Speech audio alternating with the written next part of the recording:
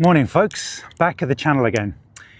I think I got my answer to my question, are dogs supposed to be here?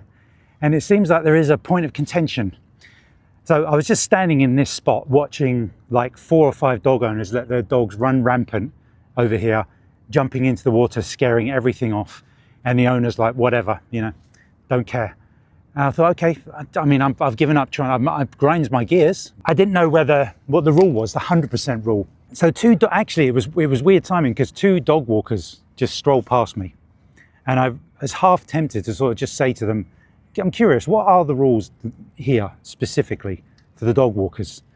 And I just thought, maybe not ask a dog walker. Let's ask somebody else, someone without a dog, because dog walkers are going to obviously be a bit, in favor of dogs. They're going to be a bit biased.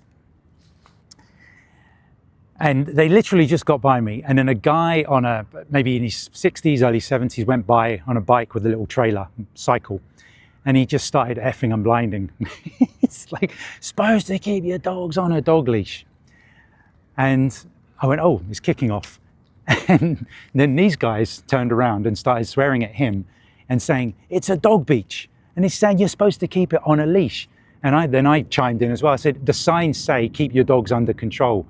And then all the sort of, the soft core insults, he was effing and he was giving it the sort of softer core insults. Then the older guy was going in for the heavy insults. I'm not going to say them on YouTube. And I was like, oh, good. Okay, so it's obvious, like I said, point of contention between locals, between different people.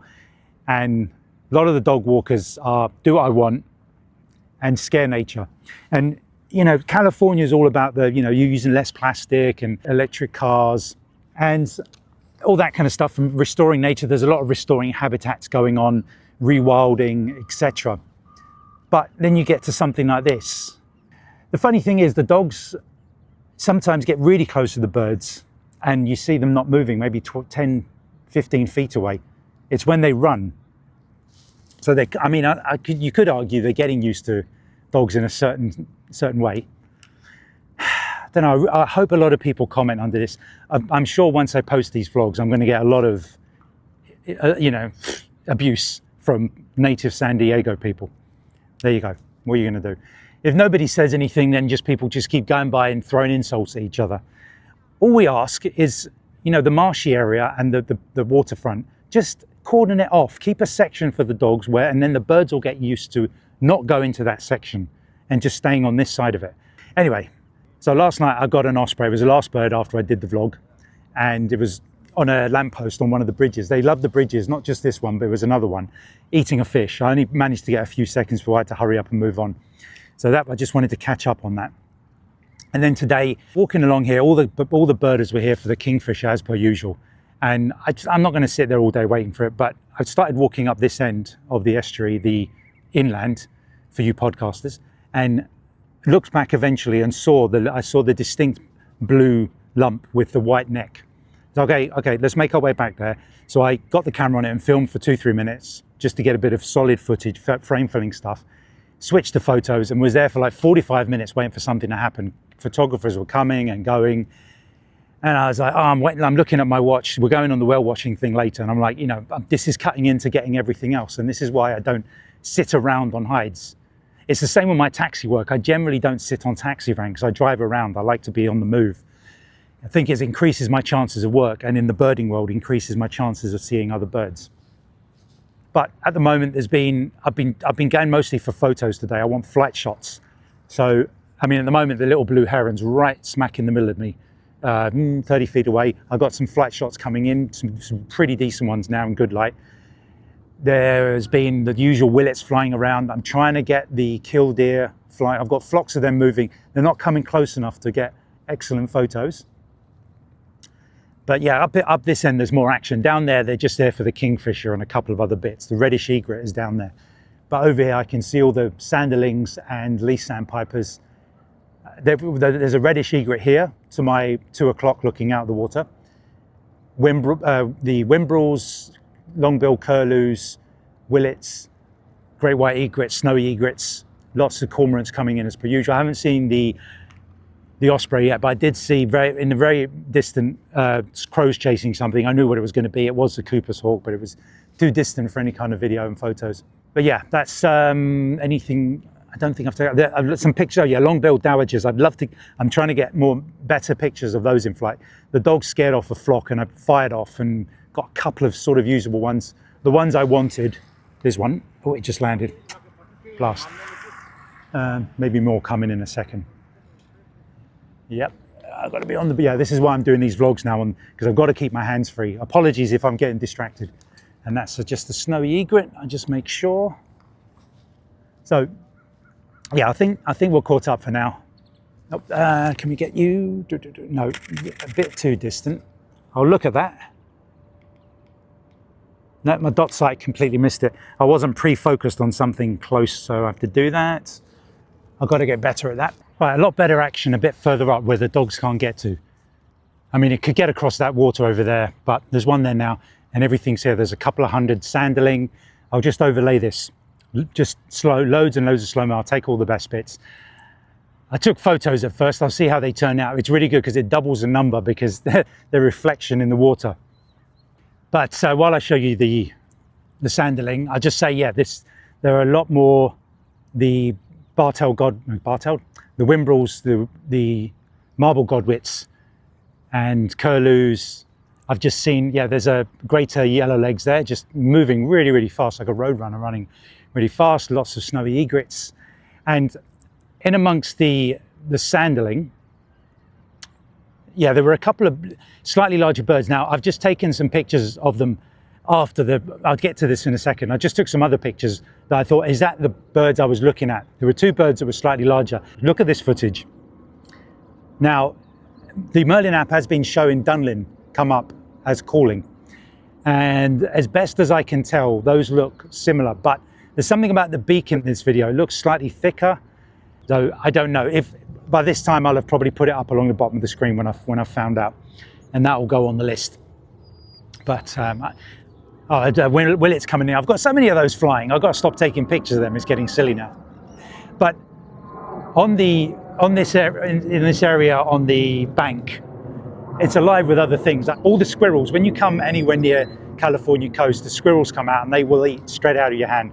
I got video from the last trip where like 5 or 6 were coming out and they were pushing my hand down and taking all the peanuts off and just stuffing it in their face. And they're all around here looking to be fed. And then if you stand still long enough, other things did start to come out. A little mouse that, I don't know, it was hopping a lot more than a normal mouse. It looked like it was really bouncing on those back legs.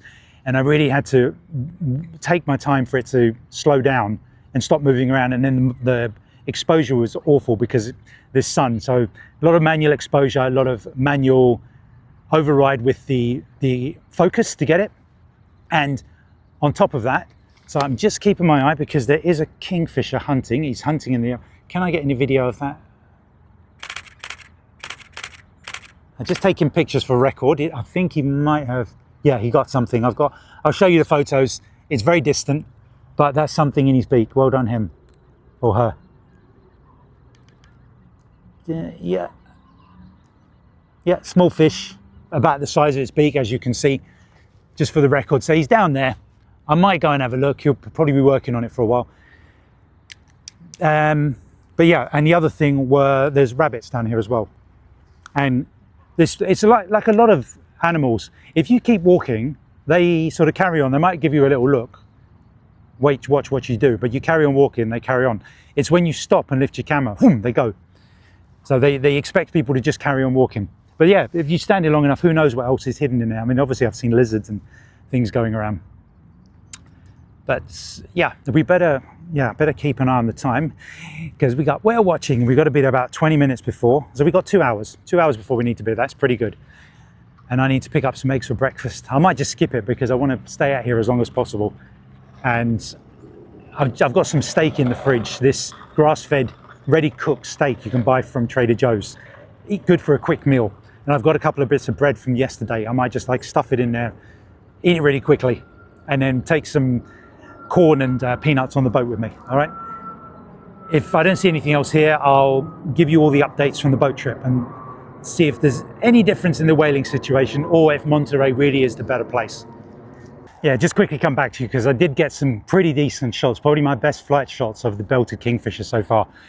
Yeah, what do you think? Maybe probably keep 6 or 7 of those. Really happy with that. There are lots of people walking up and down this path. They kept going onto the trees, onto the bushes. Every time someone went by, it sort of went over. And then there were 2.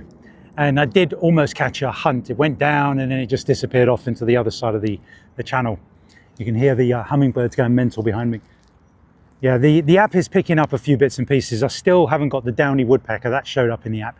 That would be a life. I don't know what to make of that. I should spend a bit more. I can see little warblers in the trees. I think tomorrow when I come out, I'm going to concentrate on these trees. I think I've done everything I can on the channel here of what's going on. I need to get some small birds. And I can see lots even just at my periphery flitting around. Other than that, yeah, just the white-crowned, the female white-crowned landed the sparrow underneath this flower. The flower's above its head, and I kind of like very carefully lifted my camera up and flicked it to the highest possible quality, low ISO, low shutter speed, and got it there. Yeah, very nice little, touch that. It looked good. I mean, if it was lower, it would have been looking like a hat, but you know, that's 1 in a million shot. The Brent geese that I saw fly in the other day, they seem to be staying on the eastern side of the bridge over there. So shows you in the video. So they obviously like this area. They fly in from somewhere and they just chill out that way. They don't come into the land area. Evening, folks. So just doing a quick catch up while I had the opportunity. Our 4th boat ride. Oh, some Savannah sparrows. Yeah, I just took some video of those. I'll just show you a quick clip. Yeah, I'm starting to learn the call, the little chirp they make. So they're good as gold. If I want photos, those birds will give me 1, 2, 4, 6, 8. Yeah, they're pretty casual. Yeah, that's the sound they make. My microphone should have picked that up. I'm just in the Mission Bay area. It's hard to explain. It's kind of all, I think it's all reclaimed land. This does not look natural at all. But it's marinas, parks, waterways for canoeing, yachting, all sorts. Just a moment ago, not great, just there is a black-necked grebe out there and popping up and down. I tried to go onto that floating dock to get it, but the actual dock is moving. I couldn't stand still. And just on the ground, they're gone now. A couple of long-billed curlews on the grass. So there's a bit of birding to do here. If you really do, we're a bit tired. It's been a long day. I did all the morning spent birding there on the boat, being alert for 3 hours. And even though we didn't see any whales, the 4 trips gave all sorts of results. We had hundreds apparently of dolphins around us.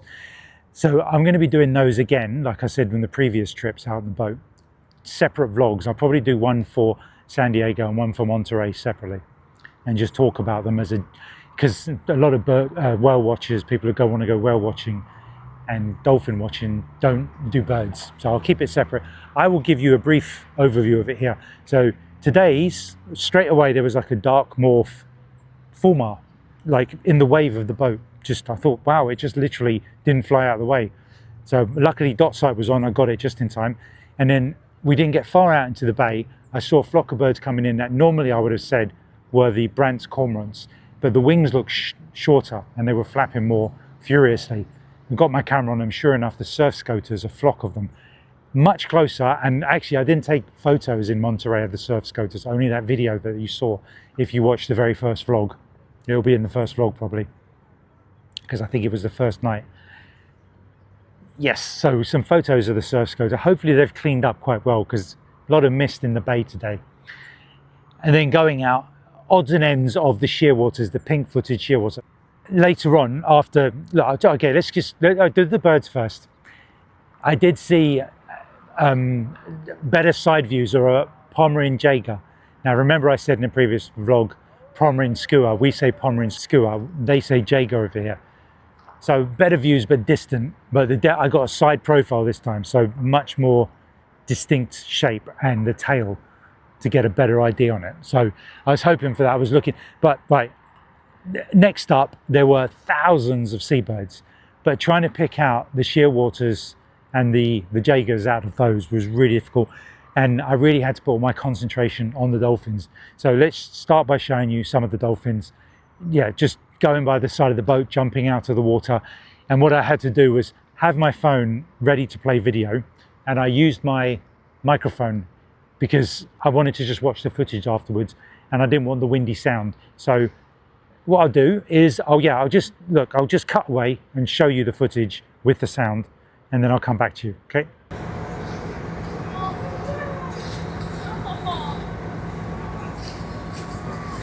You might notice on some of these super high, about 4, potentially 500 of these long-leafed tom dolphins.